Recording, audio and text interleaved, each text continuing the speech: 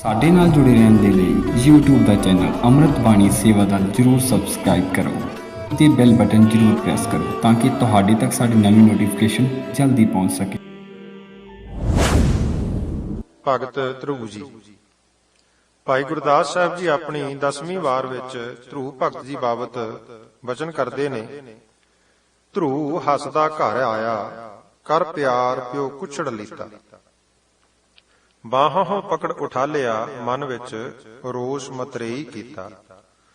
ਡੁੱਡੋ ਲਿਕਾ ਮਾਂ ਪੁੱਛੇ, ਤੂੰ ਸਵਾਣੀ ਹੈ ਕਿ ਸੁਰੀਤਾ। ਸਵਾਣੀ ਹਾਂ ਜਨਮ ਦੀ, ਨਾਮ ਨਾ ਭਗਤੀ ਕਰਮ ਦ੍ਰਿੜੀਤਾ। ਕਿਸ ਉਦਮ ਤੇ ਰਾਜ ਮਿਲੈ, ਸ਼ਤਰੂ ਤੇ ਸਭ ਹੋਵਨ ਮੀਤਾ। ਪਰਮੇਸ਼ਰ ਆਰਾਧੀਐ, ਜਿਦੋਂ ਹੋਈਐ ਪਤਿਤ ਪੁਨੀਤਾ। ਬਾਹਰ ਚਲਿਆ ਕਰਨ ਤਪ, ਮਨ ਬੈਰਾਗੀ ਹੋਏ ਅਤੀਤਾ। ਨਾਰਦ ਮੁਨ ਉਪਦੇਸਿਆ, ਨਾਮ ਨਿਧਾਨ ਅਮਿਓ ਰਸ ਪੀਤਾ। ਪਿੱਛੋਂ ਰਾਜੇ ਸੱਦਿਆ, ਅਬ ਚਲ ਰਾਜ ਕਰੋ ਨਿਤ ਨੀਤਾ। ਹਾਰ ਚੱਲੇ ਗੁਰਮੁਖ ਜਗ ਜੀਤਾ। ਧਰੁਵ ਭਗਤ ਇਸ ਵਾਰ ਵਿੱਚ ਲੋਕ ਪ੍ਰਸਿੱਧ ਕਥਾਵਾਂ, ਦ੍ਰਿਸ਼ਟਾਂਤ ਤੇ ਢੰਗਾਂ ਭਰ ਗਈਆਂ ਹਨ, ਜਿਸ ਵਿੱਚੋਂ ਪ੍ਰਮਾਰਥ ਦੇ ਬੜੇ ਉਪਦੇਸ਼ ਮਿਲਦੇ ਹਨ। ਅਟਲ ਭਇਓ ਧਰੁਵ ਜਾਂ ਕੈ ਸਿਮਰਨ, ਹਰ ਨਿਰਭੈ ਪਦ ਪਾਇਆ। ਰਾਮ ਜਪੋ ਜੀ ਐਸੇ ਐਸੇ, ਧਰੁਵ ਪ੍ਰਹਿਲਾਦ ਜਪਿਓ ਹਰ ਜੈਸੇ। ਵਿਸ਼ਰੂ ਪੁਰਾਣ ਵਿੱਚ ਵੀ ਧਰੁਵ ਭਗਤ ਦੀ ਵਾਰਤਾ ਵੇਦ ਵਿਆਸ ਜੀ ਨੇ ਲਿਖੀ ਹੈ, ਪਰ ਗੁਰੂ ਗ੍ਰੰਥ ਸਾਹਿਬ ਜੀ ਵਿੱਚ ਪ੍ਰਭੂ ਜੀ ਦੇ ਸਿਮਰਨ ਕਾਰਨ ਹੀ ਨਿਰਭੈ ਅਟਲ ਪਦ ਵੀ ਪ੍ਰਾਪਤ ਹੋਣ ਦਾ ਹਵਾਲਾ ਧਰੁਵ ਭਗਤ ਜੀ ਨੂੰ ਸਤਿਗੁਰੂ ਜੀ ਨੇ ਦਿੱਤਾ ਹੈ। ਜੀਵਨ ਬਿਉਰਾ। ਨਾਮ ਧਰੁਵ, ਪਿਤਾ ਰਾਜਾ ਉਤਾਨਪਾਦ, ਜਿਸ ਦੀਆਂ ਦੋ ਰਾਣੀਆਂ ਸਰੂਚੀ ਅਤੇ ਸੁਨੀਤੀ ਸੀ। ਧਰੁਵ ਜੀ ਦੀ ਮਾਤਾ ਦਾ ਨਾਮ ਸੁਨੀਤੀ ਦੱਸਿਆ ਗਿਆ ਹੈ। ਸੁਨੀਤੀ ਦਾ ਪੁੱਤਰ ਧਰੁਵ ਸੀ ਅਤੇ ਸਰੂਚੀ ਦਾ ਪੁੱਤਰ ਉੱਤਮ ਸੀ। ਤਪ ਅਸਥਾਨ ਮਾਧੋਬਨ, ਗੁਰੂ ਦੀਖਿਆ ਨਾਰਦ ਮੁਨੀ ਜੀ ਪਾਸੋਂ ਪ੍ਰਾਪਤ ਕੀਤੀ। ਰਾਮ ਜਪੋ ਜੀ ਐਸੇ ਐਸੇ, ਧਰੁਵ ਪ੍ਰਹਿਲਾਦ ਜਪਿਓ ਹਰ ਜੈਸੇ। ਦੀਨ ਦਇਆਲ ਭਰੋਸੇ ਤੇਰੇ, ਸਭ ਪਰਿਵਾਰ ਚੜਾਇਆ ਬੇੜੇ ਰਹਾਓ। ਜਾਂ ਤਿਸ ਭਾਵੈ ਤਾਂ ਹੁਕਮ ਮਨਾਵੈ, ਇਸ ਬੇੜੇ ਕੋ ਪਾਰ ਲੰਘਾਵੈ। ਗੁਰ ਪ੍ਰਸਾਦ ਐਸੀ ਬੁੱਧ ਸਮਾਨੀ, ਚੂਕ ਗਈ ਫਿਰ ਆਵਨ ਜਾਨੀ। ਕਉ ਕਬੀਰ ਭਜ ਸਾਰੰਗ ਪਾਨੀ, ਉਰਵਾਰ ਪਾਰ ਸਭ ਏਕੋ ਦਾਨੀ। ਗੁਰੂ ਅਰਜਨ ਦੇਵ ਜੀ ਦਾ ਪਾਵਨ ਫਰਮਾਨ ਹੈ ਕਿ ਧਰੁਵ ਕੋ ਮਿਲਿਆ ਹਰ ਨਿਸੰਗ। ਗੁਰੂ ਜੀ ਦੀ ਮਿਹਰ ਨਾਲ ਹੇ ਮੇਰੇ ਮਨ, ਧਰੁਵ ਭਗਤ ਜੀ ਦੀ ਸਾਖੀ ਸੁਣ। ਸਤਜੁਗ ਵਿੱਚ ਸ਼ੰਭੂਮਾਨ ਵੰਸ਼ ਦਾ ਰਾਜਾ ਉਤਾਨਪਾਦ, ਉਸ ਦੇ ਘਰ ਧਰੁਵ ਭਗਤ ਦਾ ਜਨਮ ਹੋਇਆ। ਰਾਜੇ ਦੀਆਂ ਦੋ ਰਾਣੀਆਂ ਸਨ। ਵੱਡੀ ਰਾਣੀ ਸੁਨੀਤੀ, ਜਿਹੜੀ ਕਿ ਬੜੀ ਗੁਣਵੰਤੀ, ਪਤੀਵਰਤਾ, ਪ੍ਰਮਾਤਮਾ ਦੇ ਭਗਤੀ ਵਾਲੀ, ਪ੍ਰੇਮ ਵਾਲੀ ਸੀ ਤੇ ਸਧਾਰਨ ਸੁਭਾਅ ਦੀ ਮਾਲਕ ਸੀ। ਉਸ ਦੀ ਕੁੱਖੋਂ ਧਰੁਵ ਭਗਤ ਜੀ ਨੇ ਜਨਮ ਲਿਆ। ਰਾਜੇ ਦੀ ਦੂਸਰੀ ਰਾਣੀ ਸਰੂਚੀ, ਜਿਹੜੀ ਕਿ ਪ੍ਰਭੂ ਭਗਤੀ ਤੋਂ ਸਖਣੀ, ਚੰਚਲ ਸੁਭਾਅ ਵਾਲੀ ਅਤੇ ਰਾਜੇ ਨੂੰ ਚਲਿੱਤਰਾ ਰਾਹੀਂ ਆਪਣੇ ਵਸ ਕਰਨ ਵਾਲੀ ਸੀ, ਉਸ ਦੇ ਕੁੱਖੋਂ ਉੱਤਮ ਦਾ ਜਨਮ ਹੋਇਆ। ਰਾਜਾ ਸਰੂਚੀ ਦੇ ਐਸਾ ਵਸ ਹੋਇਆ ਕਿ ਉਸਨੇ ਧਰੁਵ ਦੀ ਮਾਤਾ ਸੁਨੀਤੀ ਨੂੰ ਤਿਆਗ ਦਿੱਤਾ। ਸੁਨੀਤੀ ਨੂੰ ਪਟਰਾਣੀ ਹੁੰਦਿਆਂ ਹੋਇਆਂ ਗੋਲੀਆਂ ਵਾਂਗੂ ਦਿਨ ਗੁਜ਼ਾਰਨੇ ਪਏ। ਇੱਕ ਦਿਨ ਧਰੁਵ ਹੱਸਦਾ ਖੇਡਦਾ ਆਪਣੇ ਪਿਤਾ ਰਾਜਾ ਉਤਾਨਪਾਦ ਦੇ ਪਾਸ ਪੁੱਜਾ। ਪਿਤਾ ਨੇ ਪਿਆਰ ਨਾਲ ਧਰੁਵ ਨੂੰ ਗੋਦੀ ਵਿੱਚ ਬਿਠਾ ਲਿਆ। ਅਚਾਨਕ ਹੀ ਧਰੁਵ ਦੀ ਮਤਰੇਈ ਮਾਂ ਸਰੂਚੀ ਉੱਥੇ ਆ ਗਈ। ਜਦੋਂ ਸਰੂਚੀ ਨੇ ਧਰੁਵ ਨੂੰ ਰਾਜੇ ਦੀ ਗੋਦ ਵਿੱਚ ਬੈਠਾ ਵੇਖਿਆ ਤਾਂ ਸੜ ਬਲ ਕੇ ਸੁਆਹ ਹੋ ਗਈ। ਬਾਹੋਂ ਫੜ ਕੇ ਧਰੁਵ ਨੂੰ ਗੋਦ ਵਿੱਚੋਂ ਖਿੱਚ ਲਿਆ, ਮੂੰਹ ਤੇ ਥੱਪੜ ਮਾਰੇ ਤੇ ਕੜਕ ਕੇ ਬੋਲੀ, ਜੇ ਪਿਤਾ ਦੀ ਗੋਦੀ ਵਿੱਚ ਬੈਠਣ ਦਾ ਇੰਨਾ ਹੀ ਚਾਅ ਸੀ ਤਾਂ ਮੇਰੀ ਕੁੱਖੋਂ ਜਨਮ ਲੈਣਾ ਸੀ। ਮੁੜ ਕੇ ਇਸ ਮਹਿਲ ਵਿੱਚ ਕਦਮ ਨਾ ਰੱਖੀ, ਆਪਣੀ ਮਾਂ ਪਾਸ ਹੀ ਰਿਹਾ ਕਰ।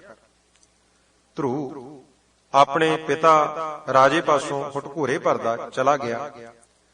ਰਾਜਾ ਸਰੂਚੀ ਦੀ ਚੰਚਲਤਾਈ ਦਾ ਪੂਰਾ ਸ਼ਿਕਾਰ ਹੋ ਚੁੱਕਾ ਸੀ, ਜਿਸ ਕਰਕੇ ਉਸਨੇ ਇਸ ਘਟਨਾ ਤੇ ਕੋਈ ਵੀ ਸ਼ਬਦ ਮੁਖੋਂ ਨਾ ਕਿਹਾ। ਵਿਆਕੁਲ ਹੋਇਆ ਧਰੁਵ ਆਪਣੀ ਮਾਤਾ ਪਾਸ ਪੁੱਜਾ। ਮਾਂ ਨੇ ਰੋਣ ਦਾ ਕਾਰਨ ਪੁੱਛਿਆ। ਪਿਆਰ ਨਾਲ ਗੋਦ ਵਿੱਚ ਲੈ ਕੇ ਮੂੰਹ ਪੂੰਝਿਆ। ਰੋਂਦੇ ਰੋਂਦੇ ਧਰੁਵ ਨੇ ਮਤਰੇਈ ਮਾਂ ਸੁਰੁਚੀ ਵੱਲੋਂ ਚਪੇੜਾ ਮਾਰਨ ਦੀ ਸਾਰੀ ਕਹਾਣੀ ਆਪਣੀ ਮਾਤਾ ਨੂੰ ਸੁਣਾ ਦਿੱਤੀ ਤੇ ਆਖਣ ਲੱਗਾ ਕਿ ਮਾਂ, ਇੱਕ ਗੱਲ ਦੱਸ ਕਿ ਤੂੰ ਰਾਣੀ ਹੈ ਕਿ ਦਾਸੀ ਹੈ? ਧਰੁਵ ਦੀ ਮਾਤਾ ਨੇ ਬੜੇ ਪਿਆਰ ਨਾਲ ਆਖਿਆ, ਪੁੱਤਰਾ, ਮੈਂ ਪਟਰਾਣੀ ਹਾਂ। ਰਾਜੇ ਨੇ ਵਿਆਹ ਕੇ ਮੈਨੂੰ ਲਿਆਂਦਾ ਹੈ। ਰਾਜ ਮਹਿਲਾਂ ਵਿੱਚ ਸਤਿਕਾਰ ਨਾਲ ਕੁਝ ਸਮਾਂ ਬਤੀਤ ਹੋਇਆ ਹੈ, ਪਰ ਮੇਰੀ ਸ਼ੌਂਕਣ ਸੁਰੁਚੀ ਨੇ ਤੇਰੇ ਪਿਤਾ ਨੂੰ ਨਖਰਿਆਂ ਅਤੇ ਵਿਸ਼ੇ ਕਾਮਨਾ ਨਾਲ ਵਸ ਕਰ ਲਿਆ ਹੈ ਤੇ ਮੈਨੂੰ ਦਾਸੀਆਂ ਵਾਂਗੂ ਰਹਿਣਾ ਪੈ ਰਿਹਾ ਹੈ। ਪਰ ਇਹ ਵਾਪਰਿਆ ਸਾਰਾ ਕੁਝ ਇਸ ਕਰਕੇ ਹੈ ਕਿ ਮੈਂ ਪ੍ਰਭੂ ਦਾ ਨਾਮ ਨਹੀਂ ਜਪਿਆ। ਪੁੱਤਰ, ਹੁਣ ਤੂੰ ਜੇਕਰ ਪ੍ਰਭੂ ਦੀ ਭਗਤੀ ਕਰੇਗਾ ਨਾ, ਤਾਂ ਤੈਨੂੰ ਰਾਜ ਭਾਗ, ਘਰ, ਸੁਖ ਸੰਪਤੀ, ਮਾਇਆ ਤੇ ਸਾਰੇ ਸੁਖ ਪ੍ਰਾਪਤ ਹੋਣਗੇ ਅਤੇ ਪਰਮ ਪਦਵੀ ਦੀ ਪ੍ਰਾਪਤੀ ਹੋ ਜਾਵੇਗੀ। ਮਾਤਾ ਦੇ ਪਿਆਰ ਭਰੇ ਉਪਦੇਸ਼ ਨੇ ਬਾਲਕ ਧਰੁਵ ਦੇ ਮਨ ਵਿੱਚ ਵੈਰਾਗ ਪੈਦਾ ਕਰ ਦਿੱਤਾ। ਪ੍ਰਭੂ ਪਿਆਰ ਦੀ ਲਗਨ ਜਾਗ ਉੱਠੀ। ਬੜੇ ਪਿਆਰ ਨਾਲ ਮਾਤਾ ਨੂੰ ਨਮਸਕਾਰ ਕਰਕੇ, ਅਸੀਸਾਂ ਪ੍ਰਾਪਤ ਕਰਕੇ ਜੰਗਲ ਨੂੰ ਭਗਤੀ ਕਰਨ ਤੁਰ ਪਿਆ। ਪਹਿਲੀ ਰਾਤ ਆਪਣੇ ਪਿਤਾ ਦੇ ਬਾਗ ਵਿੱਚ ਕੱਟੀ, ਫਿਰ ਉੱਥੋਂ ਤੁਰ ਪਿਆ। ਰਸਤੇ ਵਿੱਚ ਨਾਰਦ ਮੁਨੀ ਜੀ ਆਪਣੇ 6 ਸਾਥੀ ਰਿਸ਼ੀਆਂ ਸਮੇਤ ਧਰੁਵ ਜੀ ਨੂੰ ਮਿਲੇ।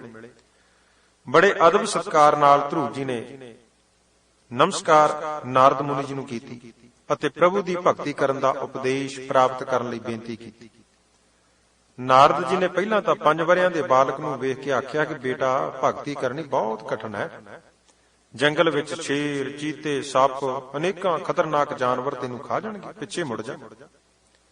ਪਰ ਮਾਤਾ ਦੀ ਸਿੱਖਿਆ ਨੇ ਧਰੁਵ ਨੂੰ ਪ੍ਰਭੂ ਭਗਤੀ ਵਾਸਤੇ ਪੂਰਨ ਦ੍ਰਿੜ ਵਿਸ਼ਵਾਸੀ ਬਣਾ ਰੱਖਿਆ ਸੀ, ਜਿਸ ਕਾਰਨ ਧਰੁਵ ਜੀ ਨੇ ਅਡੋਲ ਹੀ ਆਖਿਆ ਕਿ ਮੈਂ ਵਾਪਸ ਨਹੀਂ ਜਾਵਾਂਗਾ, ਪ੍ਰਭੂ ਜੀ ਦੀ ਭਗਤੀ ਹੀ ਕਰਾਂਗਾ। ਉਸ ਦੀ ਇਸ ਅਡੋਲਤਾ ਨੂੰ ਵੇਖ ਕੇ ਨਾਰਦ ਜੀ ਨੇ ਪ੍ਰਭੂ ਦਾ ਨਾਮ ਜਪਣ ਦਾ ਉਪਦੇਸ਼ ਦਿੱਤਾ। ਫਿਰ ਭਗਵਾਨ ਵਿਸ਼ਨੂੰ ਦੇ ਸਰੂਪ ਬਾਬਤ ਬਾਲਕ ਨੂੰ ਜਾਣੂ ਕਰਵਾਇਆ। ਨਾਰਦ ਜੀ ਉਪਦੇਸ਼ ਦੇ ਕੇ ਆਪ ਰਾਜਾ ਉਤਾਨਪਾਦ ਪਾਸ ਪੁੱਜੇ ਤੇ ਰਾਜੇ ਨੂੰ ਆਖਿਆ, ਰਾਜਨ, ਤੂੰ ਇਸਤਰੀ ਦੇ ਵਸ ਹੋ ਕੇ ਰਾਜਨੀਤੀ ਦਾ ਤਿਆਗ ਕੀਤਾ ਹੈ, ਪੁੱਤਰ ਨੂੰ ਕੱਢ ਦਿੱਤਾ ਹੈ। 5 ਵਰ੍ਹਿਆਂ ਦੇ ਪੁੱਤਰ ਨੂੰ ਘਰੋਂ ਕੱਢਣਾ ਇਹ ਗੱਲ ਚੰਗੀ ਨਹੀਂ, ਤੈਨੂੰ ਇਹਦੀ ਬਹੁਤ ਵੱਡੀ ਸਜ਼ਾ ਮਿਲੇਗੀ। ਧਰੁਵ ਪ੍ਰਭੂ ਦੀ ਭਗਤੀ ਕਰਕੇ ਪਰਮ ਪਦ ਦੀ ਪ੍ਰਾਪਤੀ ਕਰ ਲਏਗਾ ਤੇ ਤੇਰਾ ਰਾਜ ਵੀ ਸੰਭਾਲ ਲਏਗਾ। ਰਾਜਾ ਉਤਾਨਪਾਦ ਮੰਤਰੀਆਂ ਨੂੰ ਲੈ ਕੇ ਜਿੱਥੇ ਧਰੁਵ ਭਗਤ ਤਪੱਸਿਆ ਕਰ ਰਿਹਾ ਸੀ ਪੁੱਜਾ। ਧਰੁਵ ਜੀ ਨੇ ਪਿਤਾ ਨੂੰ ਆਉਂਦਿਆਂ ਦੇਖ ਕੇ ਪ੍ਰੇਮ ਨਾਲ ਨਮਸਕਾਰ ਕੀਤੀ। ਰਾਜੇ ਨੇ ਆਖਿਆ ਕਿ ਪੁੱਤ, ਘਰ ਵਾਪਸ ਚਲੋ, ਮੈਂ ਅੱਧਾ ਰਾਜ ਤੈਨੂੰ ਹੁਣੇ ਦੇ ਦਿੰਦਾ। ਪਰ ਧਰੁਵ ਜੀ ਨੇ ਉੱਤਰ ਦਿੱਤਾ ਕਿ ਪਿਤਾ ਜੀ, ਮੈਂ ਤਾਂ ਤਪ ਕਰਕੇ ਹੀ ਮੁੜਾਂਗਾ, ਪ੍ਰਭੂ ਦੀ ਭਗਤੀ ਕਰਾਂਗਾ। ਰਾਜਾ ਨਿਰਾਸ਼ ਹੋ ਕੇ ਮੰਤਰੀਆਂ ਸਮੇਤ ਵਾਪਸ ਆਪਣੇ ਮਹਿਲਾਂ ਵਿੱਚ ਆ ਗਿਆ। ਧਰੁਵ ਨੇ ਪਹਿਲਾਂ ਜੰਗਲ ਵਿੱਚੋਂ ਫਲ ਫੁੱਲ ਤੇ ਕੰਦ ਮੂਲ ਆਦਿ ਖਾ ਕੇ ਘੋਰ ਤਪੱਸਿਆ ਆਰੰਭ ਕਰ ਦਿੱਤੀ। ਸਹਿਜੇ ਸਹਿਜੇ ਪੱਤੇ ਖਾ ਕੇ, ਫਿਰ ਪਾਣੀ ਪੀ ਕੇ, ਫਿਰ ਹਵਾ ਆਸਰੇ ਰਹਿ ਕੇ ਧਰੁਵ ਜੀ ਨੇ ਇਕਾਗਰ ਚਿਤ ਹੋ ਕੇ ਪ੍ਰਭੂ ਦੀ ਭਗਤੀ ਕੀਤੀ। ਅੰਤ ਸੱਜੇ ਪੈਰ ਦੇ ਅੰਗੂਠੇ ਭਾਰ ਖੜੇ ਹੋ ਕੇ ਪ੍ਰਭੂ ਜੀ ਦੇ ਪਿਆਰ ਵਿੱਚ ਭਿੱਜ ਕੇ ਭਗਤੀ ਕੀਤੀ। ਘੋਰ ਤਪ ਨੂੰ ਵੇਖ ਕੇ ਇੰਦਰ ਬਹੁਤ ਡਰਿਆ। ਉਸ ਨੂੰ ਚਿੰਤਾ ਵਾਪਰੀ ਕਿ ਧਰੁਵ ਭਗਤੀ ਕਰਕੇ ਮੇਰਾ ਰਾਜ ਹੀ ਨਾ ਖੋਲੇ। ਉਸ ਨੇ ਮਾਇਆ ਮੋਹ ਦੇ ਜਾਲ ਵਿੱਚ ਫਸਾਉਣ ਵਾਲਾ ਦੈਂਤ ਉਸ ਨੂੰ ਧਰੁਵ ਦੀ ਭਗਤੀ ਖੰਡਨ ਕਰਨ ਵਾਸਤੇ ਭੇਜਿਆ। ਉਸ ਮਾਇਆ ਨੇ ਸ਼ੇਰ ਦਾ ਰੂਪ ਧਾਰ ਕੇ ਧਰੁਵ ਭਗਤ ਨੂੰ ਡਰਾਉਣਾ ਚਾਹਿਆ, ਪਰ ਉਹ ਦੈਂਤ ਧਰੁਵ ਦੀ ਸੁਰਤ ਨੂੰ ਉਖੇੜ ਨਾ ਸਕਿਆ। ਵਰਖਾ, ਝੱਖੜ, ਹਨੇਰੀ, ਜੰਗਲੀ ਜਾਨਵਰ, ਮਾਤਾ ਦਾ ਮੋਹ, ਰਾਜ ਦੀ ਲਾਲਸਾ, ਕੋਈ ਵੀ ਧਰੁਵ ਭਗਤ ਦੀ ਸੁਰਤੀ ਨੂੰ ਪ੍ਰਭੂ ਪਿਆਰ ਵੱਲੋਂ ਉਖੇੜ ਨਾ ਸਕਿਆ। ਚਿੰਤਾਤੁਰ ਹੋਇਆ ਇੰਦਰ ਵਿਸ਼ਨੂੰ ਭਗਵਾਨ ਜੀ ਪਾਸ ਪੁੱਜਾ ਤੇ ਨਮਸਕਾਰ ਕਰਨ ਉਪਰੰਤ ਬੇਨਤੀ ਕੀਤੀ ਕਿ ਭਗਵਾਨ ਜੀ, ਧਰੁਵ ਤਾਂ ਡੋਲਦਾ ਹੀ ਨਹੀਂ, ਉਸ ਨੇ ਮੇਰਾ ਰਾਜ ਸੰਭਾਲ ਲੈਣਾ। ਵਿਸ਼ਨੂੰ ਭਗਵਾਨ ਨੇ ਧੀਰਜ ਦੇ ਨਾਲ ਇੰਦਰ ਨੂੰ ਉੱਤਰ ਦਿੱਤਾ ਕਿ ਤੂੰ ਧੀਰਜ ਰੱਖ, ਉਹ ਤੇਰਾ ਰਾਜ ਨਹੀਂ ਸੰਭਾਲੇਗਾ। ਭਗਵਾਨ ਜੀ ਪੇਮਾ ਭਗਤੀ ਵਸ ਹੋ ਕੇ ਪ੍ਰਗਟ ਹੋਏ ਅਤੇ ਪ੍ਰਤੱਖ ਦਰਸ਼ਨ ਦਿੱਤੇ। ਧਰੁਵ ਨਿਹਾਲ ਹੋਇਆ ਚਰਨੀ ਨਮਸਕਾਰ ਕੀਤੀ। ਭਗਵਾਨ ਜੀ ਨੇ ਧਰੁਵ ਨੂੰ ਉਠਾ ਕੇ ਗਲੇ ਨਾਲ ਲਾਇਆ, ਪਿਆਰ ਵਸ ਹੋ ਕੇ ਅੰਗ ਅੰਗ ਚੁੰਮਿਆ ਅਤੇ ਪਿੱਠ ਤੇ ਹੱਥ ਫੇਰ ਕੇ ਅਤਿਅੰਤ ਪ੍ਰਸੰਨਤਾ ਪ੍ਰਗਟ ਕੀਤੀ। ਧਰੁਵ ਨੇ ਆਪਣੀ ਬਾਲਕਾਂ ਵਾਲੀ ਬੁੱਧ ਅਨੁਸਾਰ ਭਗਵਾਨ ਦੀ ਉਪਮਾ ਕੀਤੀ ਤੇ ਬਿਨੈ ਕੀਤੀ ਕਿ ਹੇ ਭਗਵਾਨ, ਮੈਂ ਅਣਜਾਣਾ ਬਾਲਕ ਹਾਂ, ਮੈਨੂੰ ਉਹ ਸੁਬੁੱਧ ਬਖਸ਼ੋ ਜਿਸ ਕਾਰਨ ਮੈਂ ਆਪ ਦੇ ਗੁਣ ਗਾ ਕੇ ਆਨੰਦ ਪ੍ਰਾਪਤ ਕਰ ਸਕਾਂ। ਸੋ ਭਗਵਾਨ ਜੀ ਦੀ ਬਖਸ਼ਿਸ਼ ਨਾਲ ਧਰੁਵ ਨੇ ਪ੍ਰਭੂ ਜਸ ਕਰਕੇ ਖੁਸ਼ੀਆਂ ਪ੍ਰਾਪਤ ਕੀਤੀਆਂ।